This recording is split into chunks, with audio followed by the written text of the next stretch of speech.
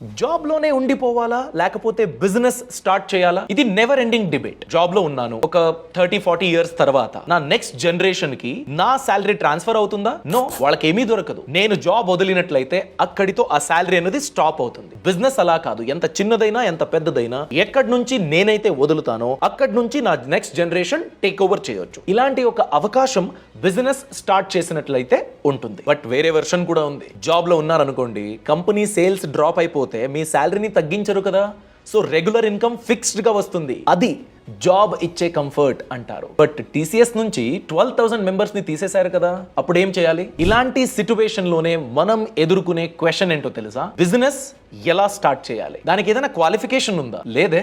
So ఎలాంటి విషయాలు గమనించాలి? What are the basic fundamentals to start a business or to approach a business idea? దీని గురించే ఈ వీడియోలో డీటెయిల్ గా నేను ఎక్స్ప్లెయిన్ చేస్తున్నాను. సో వీడియో ఎండ్ వరకు చూడండి. ఇంతవరకు మన యూట్యూబ్ ఛానల్ కి సబ్స్క్రైబ్ అవ్వకపోతే ఇప్పుడే సబ్స్క్రైబ్ అవ్వండి. నమస్కారం, నేను అభిషేక్ రామప్ప. మీరు డాక్టర్ అవ్వాలంటే మెడిసిన్ చదవాలి, లీగల్ ప్రాక్టీషనర్ అవ్వాలంటే లా చదవాలి, ఇంజనీరింగ్ ఫీల్డ్ లో ఎక్సెల్ అవ్వాలంటే ఇంజనీరింగ్ చదవాలి, బిజినెస్ ఫీల్డ్ లో ఎక్సెల్ అవ్వాలంటే దేన్ని చదవాలి?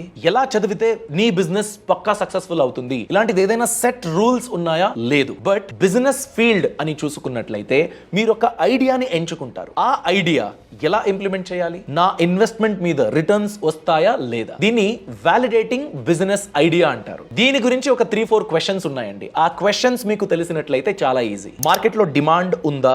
First question. జనాలు మార్కెట్లో ఉన్న ఒక ప్రోడక్ట్ కి డబ్బు పే చేయడానికి రెడీగా ఉన్నారా లేదా? మీకు ఆ సబ్జెక్ట్ గురించి హోల్డ్ ఉందా, ఎక్స్పర్టీజ్ ఉందా అనేది. అండ్ లాస్ట్ క్వశ్చన్, మీరు ఆ బిజినెస్ ని లవ్ చేయగలుగుతారా? Do you love to do what you are liking? ఇది చాలా బేసిక్ ఫండమెంటల్ క్వశ్చన్స్. దీనికి ఆన్సర్ లేకపోతే మీరు నెక్స్ట్ ప్రొసీడ్ అవ్వడం యూజ్ లేదండి. ఫర్ ఎగ్జాంపుల్, ఫేస్బుక్ ఉందండి. రేపటి నుంచి మీరు ఫేస్బుక్ జనరల్ అకౌంట్ యూజ్ చేయాలన్నా కూడా 300 రూపీస్ పే చేయాలి ఎవ్రీ మంత్. అంటే మీరు పే చేస్తారా? చాలా ఇంపార్టెంట్. ఈ క్వశ్చన్ కి మీ దగ్గర ఆన్సర్ ఉంటే ఎలాంటి ప్రోడక్ట్ ఆర్ సర్వీస్ గురించి మీరు ప్లాన్ చేయాలి అది తెలుస్తుంది. నెక్స్ట్ మీరు అర్థం చేసుకోవాల్సింది, ఎన్నో బిజినెస్లు ఉన్నాయి, ఎన్నో ఐడియాస్ ఉన్నాయి, అవన్నీ హిట్ అవ్వలేదు. నా ఐడియా కొత్తగా నేను స్టార్ట్ చేసినట్లయితే ఎందుకు హిట్ అవుతుంది? ఎలా అది తెలుసుకోవడం? దీనికి ఫస్ట్ ప్రిన్సిపల్స్ గురించి మీరు తెలుసుకోవాలి. ఏంటి ఫస్ట్ ప్రిన్సిపల్స్? ఇప్పుడు ఈలాన్ మస్క్ ఫాల్కాన్ రాకెట్ ని తయారు చేశారు. సో ఎలా తయారు చేశారు? Was he a rocket engineer? Rocket గురించి చదువుకున్నారా? లేదే. He started understanding the first principles. అంటే ఏదో ఒక బిజినెస్ ని మీరు ఎంచుకున్నట్లయితే, ఫర్ ఎగ్జాంపుల్ ఒక ఫుడ్ బిజినెస్ ని కన్సిడర్ చేయండి. మీరు ఒక ప్రోడక్ట్ ని తయారు చేస్తున్నారు, అమ్ముతున్నారు. దీంట్లో ఫస్ట్ ప్రిన్సిపల్స్ ఏంటి? Food is everybody's concern. ఎలాంటి మెటీరియల్స్ యూజ్ చేస్తున్నారు, ఎలా తయారు చేస్తున్నారు దాన్ని, ద ప్రాసెస్ చాలా క్లీన్గా ఉండాలి, రా మెటీరియల్స్ ప్రాపర్ క్వాలిటీగా ఉండాలి. దీంట్లో క్వాలిటీ అడిషన్ చేసి మీరు వేరే ప్రోడక్ట్ ని తయారు చేయడానికి అవకాశం ఉంటే, లేకపోతే క్వాలిటీ అడిషన్ అని చూసుకున్నప్పుడు ఇప్పుడు చిక్కీ అని ఉండేది, జాగరీ యూజ్ చేసి పీనట్స్ యూజ్ చేసి చేసేవారు. ఇప్పుడు దాంట్లో మిల్లెట్ చిక్కీ వచ్చేసింది. Again that's a quality addition. Millets అని చూసుకున్నట్లయితే చాలా ఇంపార్టెంట్, ఫైబర్ ఎక్కువ ఉంటుంది, న్యూట్రిషనల్ వాల్యూ ఎక్కువ ఉంటుంది, ప్రోటీన్ కంటెంట్ ఎక్కువ ఉంటుంది. దాని గురించి millet chikki comparatively better.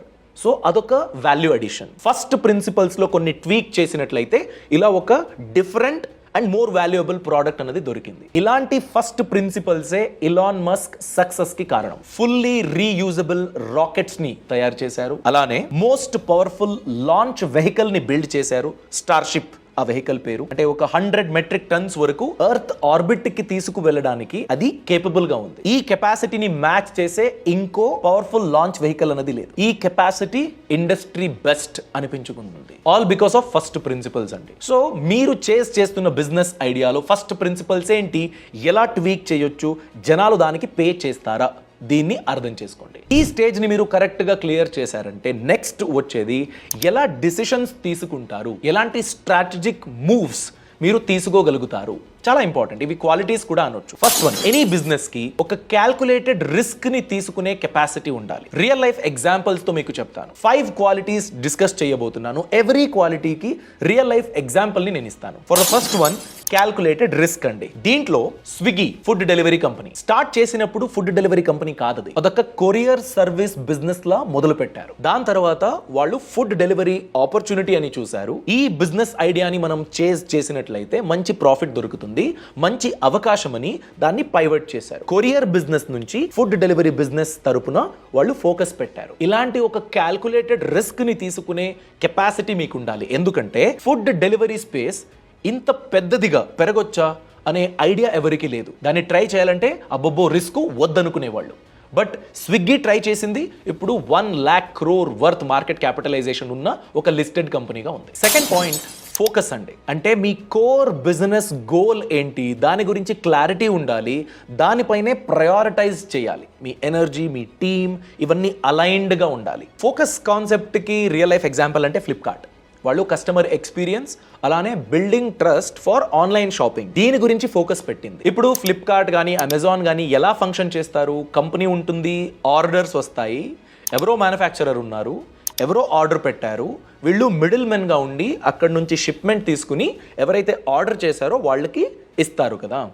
Flipkart company వాళ్ళు ఇనీషియలీ ఆ ఎక్స్పీరియన్స్ గురించి, కస్టమర్ ఎక్స్పీరియన్స్ ని ఫోకస్ చేయాలని వాళ్లే డెలివరీని హ్యాండిల్ చేశారు కంప్లీట్గా ఇనీషియల్ డేస్ లో. దాన్ని అర్థం చేసుకునేదానికి ఎలా మనం ఫుల్ ప్రూఫ్ ఒక సిస్టమ్ ని బిల్డ్ చేయొచ్చు, దాని గురించి ఫోకస్ చేశారు. చాలా important. Next point, to think differently from crowd. అందరూ ఆలోచిస్తారు, బట్ మీ ఒక్క బిజినెస్ ఐడియా $1 million బిజినెస్ గా ఎదగాలంటే మీరు చాలా డిఫరెంట్ గా థింక్ చేయాలి, దాని గురించి జనాలు పే చేయాలి. చాలా ఇంపార్టెంట్ ఇది.